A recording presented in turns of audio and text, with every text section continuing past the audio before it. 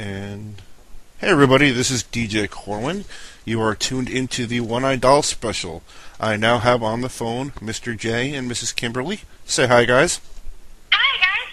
What's up? And let me just see. Okay, just gonna check something real quick. Okay, first of all, thank you so much for being in this interview. It is so appreciated. We are really excited to be talking to you right now. It's really an honor. Awesome. Real quick question. Somebody asked me, Lady Lightning from the station was curious how you guys came up with the name of One Eye Doll. Well, it means a lot of things to me. Depending on the day, I'll tell you a different thing. But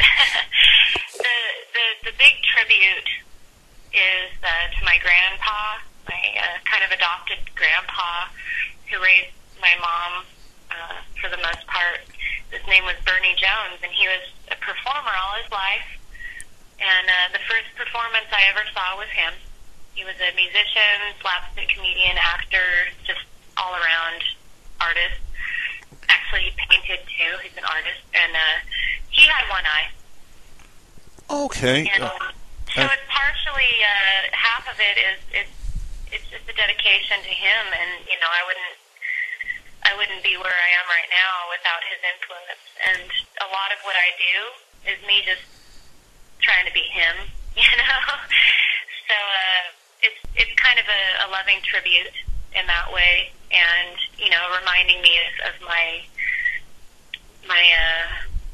roots. I And it's also a reference to the third eye, consciousness, staying in the present, because I really used to dwell in the past, and I was a very sad person. And the band name is partially, it's One Eye Doll. It reminds me that I don't need my two eyes as much as I need to remember to stay conscious and open. And some people call that, the Holy Spirit. They call it consciousness. They call it the third eye. And so it's also a reference to that. Okay, what's kind of ironic? I kind of thought that half of that was the reason why. I actually myself have one eye. I lost an eye when I was 3 to glaucoma, so I know exactly how that is. Oh my gosh. Yeah. How ironic is that? That's amazing. Yeah, totally. You're a one-eyed doll. You're a real... a living one-eyed doll. It's awesome. Okay, and also, I did read that you guys are kind of like a mix of strawberry shortcake and Gwar. How did you... is there anything behind the darkness of the songs? I don't know. It's just how it comes out. It's just sort of... I guess that's just maybe who I am. I'm not sure why it comes out that way. It's just... It definitely works. Oh, well, thank you. I honestly never thought anybody would ever say that. And that people would relate to my songs or like them. I just kind of had to express myself in some way or I'd go crazy. And this is how it came out. Okay. And I also did some more research, and I see that you guys tour together, but there is often a third, Mr. Swimmy Socks. Can you explain Mr. Swimmy Socks, please? You can go ahead. Mr. Swimmy Socks and I did a lot of work together back in Sacramento. I think we met in 2003, maybe 2004. And he did his own album in my studio. I used to run a studio in Sacramento, California.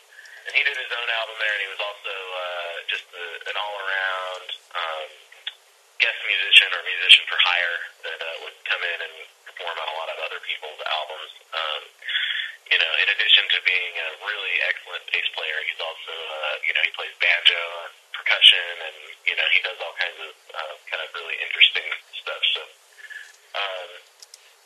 at some point after, when I joined the band, the previous drummer, who's the drummer on Monster, the album Monster, number 3, he ended up going to bass, and I started playing drums. So when we recorded the Break album, that whole thing was intended to kind of transition the band into a three-piece.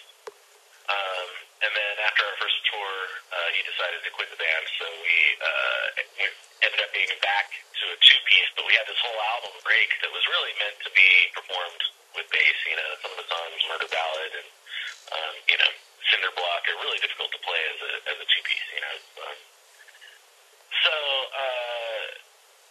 I called up my buddy John, who is of course totally roadworthy. You know, he lives on the road. He's a total pro musician, and he plays bass, and got him to just kind of start touring with us and play some shows. And since then, he's not an official member of the band, but he was part of the Adventure Quest game, and he was also he's been on several tours with us. So. And I did. Yeah. And I did notice that you also do produce too, Jay. Yeah, I've produced all of the One-Eyed Doll albums that have been released, as well as the Kimberly Freeman, Into Outer Space and Sleep. And that was really my initial, role in the band was as producer. So, we met in 06 and started recording what was then, they were called Ghetto Princess. It was Kimberly and Scotty. They were a two-piece. Ooh, neat name. Yeah, and we both moved to Austin around the same time, and I opened a studio, and I basically, my goal was to find the coolest band in Austin, and just figure out some way to get them in the studio so that can be, the way I kind of broke out and had something to brag about in town. And I literally just, at the time MySpace was really big, and, I just checked out every band that I could on MySpace, and I would go to the shows, and, it was like, I was here for a few months and didn't really see anyone I really wanted to invest a huge amount of time to make this awesome album with. And one of my other bandmates at the time found the Ghetto Princess page, and I was like, whoa, I think the first song I heard was Overdose. And, from the original Ghetto Princess demo, and it just blew me away. I was just like, wow, I have to see this band. So I went and saw them at Emo's, which is like the cool club in Austin, and they were totally amazing. It was Kimberly, just blew me away on the spot, and I approached them, and I was like, we have to record, Definitely. And they were like, we live in a school bus, and we don't have any money. I said, it doesn't matter, we'll figure something out, Cool. And Scotty was like a construction guy, and so I was like, just come over, we'll figure it out. And they ended up painting my house, and I just traded for hours, Nice. Yeah, and we spent that whole summer making what ended up being the whole album that you just played in its entirety. Definitely. And I'm really proud of that album. I think it sounds amazing still. We were just listening to it on the stream, and it's like, wow, that was a great album. So. Yeah, and thank you for playing that, because I haven't listened to some of those songs in a really long time. It's been fun for me, to have the excuse to just listen to that album. You are very welcome. And also, I did a little more research too, Jay. Is this true you were into politics at one time? I love that interview question. I love it when that comes up. It's true. I ran for Senate back in, it was for the 2002 election, I believe. And it was for California State Senate, and I ended up getting 27% of the vote as a libertarian, which is pretty unprecedented. Nowadays, since Ron Paul is out, libertarianism is kind of more mainstream, but back then a libertarian would get, 2-3% of the vote. So when the numbers were coming in, and I did it from going door to door, I literally talked to everyone in Sacramento. I just went door to door, and I had a conversation with them, and I found out that most people actually were, not most people, but a lot of people were really sympathetic to the ideas of freedom, Definitely. And that they really believe that they themselves deserve to be free and do what they want. And I ran on kind of the idea of making drugs a medical issue rather than a criminal issue. I feel really strongly that marijuana and any drug really, even if it's a really hard, if you're a heroin addict, my personal belief is that you need to be treated medically, not criminally.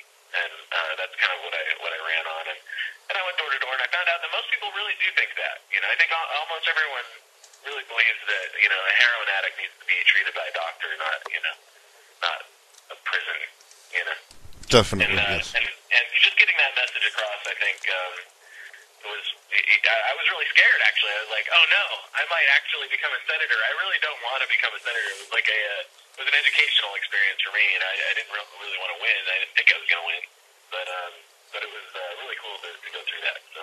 And we do have a question from the chat room. I'm going to try to pronounce his name as properly as I can. Huang asked if you like the tamales. Oh, they were delicious. Really good. Thank you so much for that. And we're totally going to be hanging with you at some point this week, by the way. Hey, how's it going? Yay, cool. Yeah, those were really good. And I wasn't excited. I was, they're vegetarian tamales, which I was kind of like, usually you have like a big piece of pig in there or something, and which makes it yummy. But this, but they're actually really super flavorful and delicious. So that was good.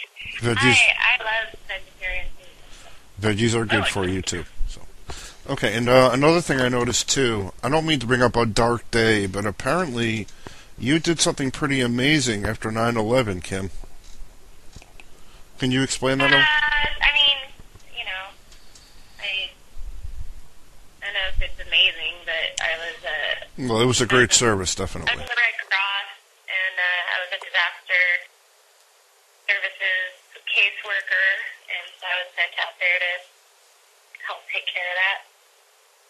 I was there for, I don't know, I think it was like 3 weeks or something at Ground Zero, assisting people who were suffering from that. It was actually kind of a turning point in my life because it was really a pretty traumatic experience for me. Oh yeah. And it sort of pushed me in a direction that eventually brought me here. Okay. And you had referred to the video game stuff before, Jay. Could you kind of go into that? And I believe that Kim has even been portrayed on cards in games, I've heard too.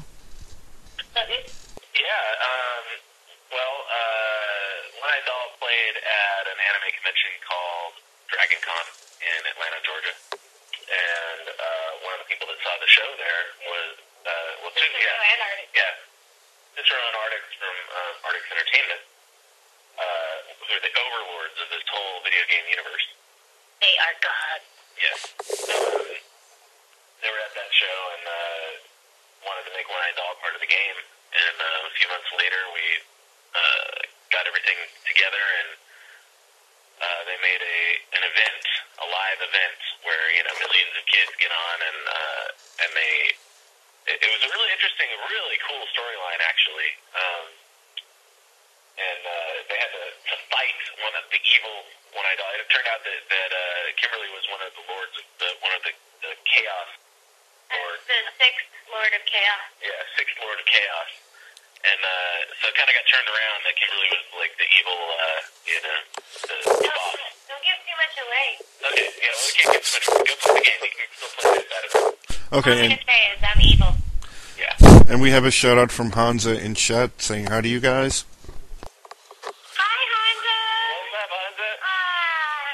All I know is you guys are blowing up this chat room. I haven't seen this room this filled in a long time, and it makes me so happy. And One-Eyed Doll fans are the best. They love jumping on this fun social stuff and the radio shows. And can we get on the chat right now? Yeah, chat.mojoradio.us on your favorite web browser or client. Oh yeah, I had it up earlier. I logged in anonymously to just see if it worked, to see if I should put the link out before I started promoting it. So I've been on there, and some people don't know it yet. But I'll pull it up again here. I don't know if I can chat and also interview at the same time, but I'll try. Hey, I'm doing it. You can do it. Come on. Yeah, you're a pro I can just multitask. Okay, here's another question for you. Your ideal concert, who would you love to play with, past or present? Junior.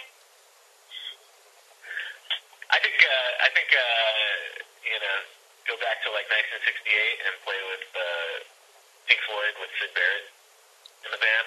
I think that would be my ultimate. Not necessarily just to play the show, but just to be at that show. Awesome. I think that was a little tiny slice of time that they kind of took what the Beatles were doing with the psychedelic thing and just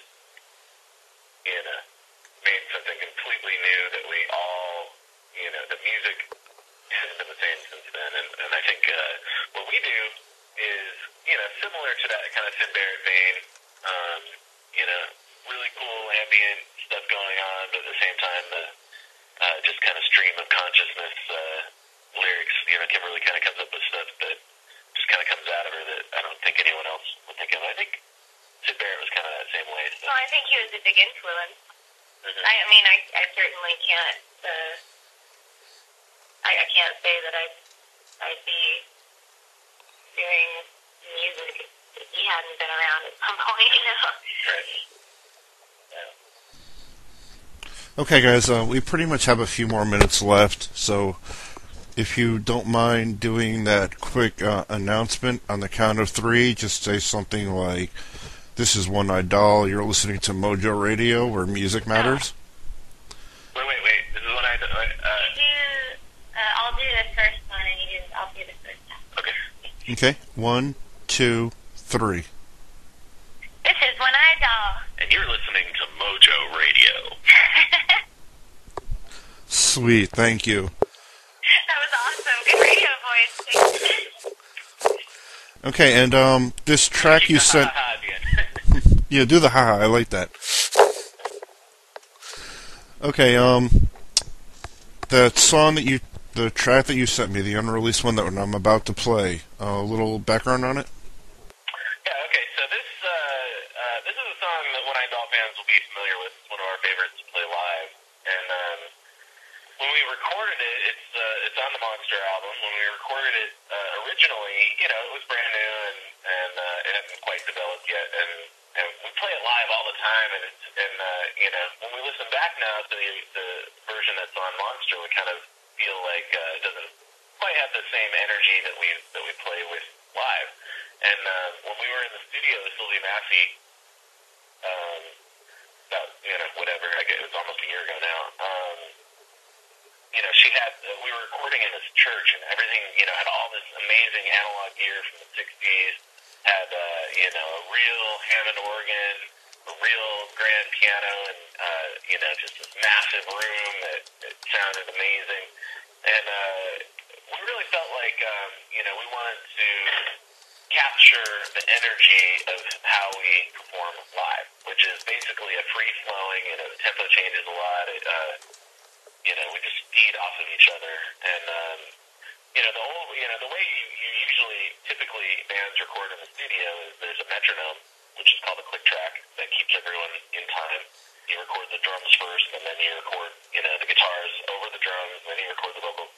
And you kind of paste it all together, and in the end, it sounds like the song. But we wanted to play it at the same time, and really kind of almost like half. It's like a live version of the song. It's just recorded in the studio. So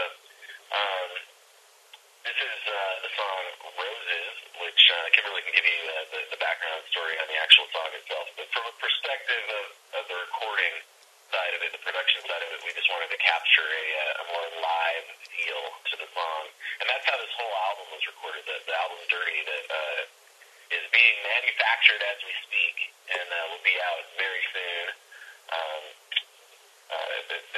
You'll get a little taste of how this whole album can go. We did a couple of the songs from the Monster album that we felt like, But I've always wanted to just record these in the same room with Jason and just do it more live than we have in the past. Because I think a lot of our fans agree with me in that, like, our recordings are great, but the earlier stuff in particular just doesn't have the same energy as the live show. And since we got this opportunity to release a vinyl record, I decided that, we both decided that we really wanted to sort of redo a couple of those songs. Okay. And just bring in the gnarly, just dirty thing that happens when we play together. I'm not playing guitar over his drum track in the studio with headphones on. We are in the room looking at each other, jamming. And this is basically the result of a jam, So this is a song that our fans have heard before, but the attitude is what I believe is what I feel and see at a live show. And it's just so much fun to record that way, And so just so everyone knows, the Dirty Album is mostly new songs that no one's heard before, but... So we threw in a couple that we just really wanted to capture, in the same room. Because, who knows when we're going to be able to do that again? Who knows if we'll ever be able to do that again? And it's a perfect opportunity. Well, it's good to go back sometimes. So this is a really special recording. I want everyone to know that there's just so much love and happiness in this recording. I've been wanting to do it for so long, to do it right, to do it like this. So anyway, this is the first time I think most people are going to hear this. This is Roses from the new album, Dirty. Okay, and really quick, guys, I forgot to ask you one question. Zoe brought it up. What's the story behind Be My Friend, really quick? Well, I think it's pretty self-explanatory. Were you influenced? That's one that I like to leave to the listener. We'll go classical poetry style on this. And what does it mean to you? What does it mean in your life? My question, were you influenced by Tom Lehrer in any way, shape, or form, Masochism Tango, with that song? I am not familiar. Oh, if you can check it out, it's rather sick. Not as sick as Be My Friend, but my favorite line in that song has got to be, "Take away the voices and I'm just like you." Oh, awesome. No, that's funny. I haven't heard that. I'll have to check it out. Okay, well, I'm going to go on, and then I'll come back and say goodbye to you guys. Let me just go ahead and get to this next song. Awesome. And we're going to be on the chat. I'm sort of splitting myself right now between the chat and the interview, so I don't know if people are asking me questions or whatnot, but I'll hop on chat for a few minutes after we get off the phone with you. We're not going to be able to hang around all day on here because we're recording over here, but... Oh, definitely. I'm going to have to... We'll see all the fans on chat after this. Okay, I'm going to move on to the song.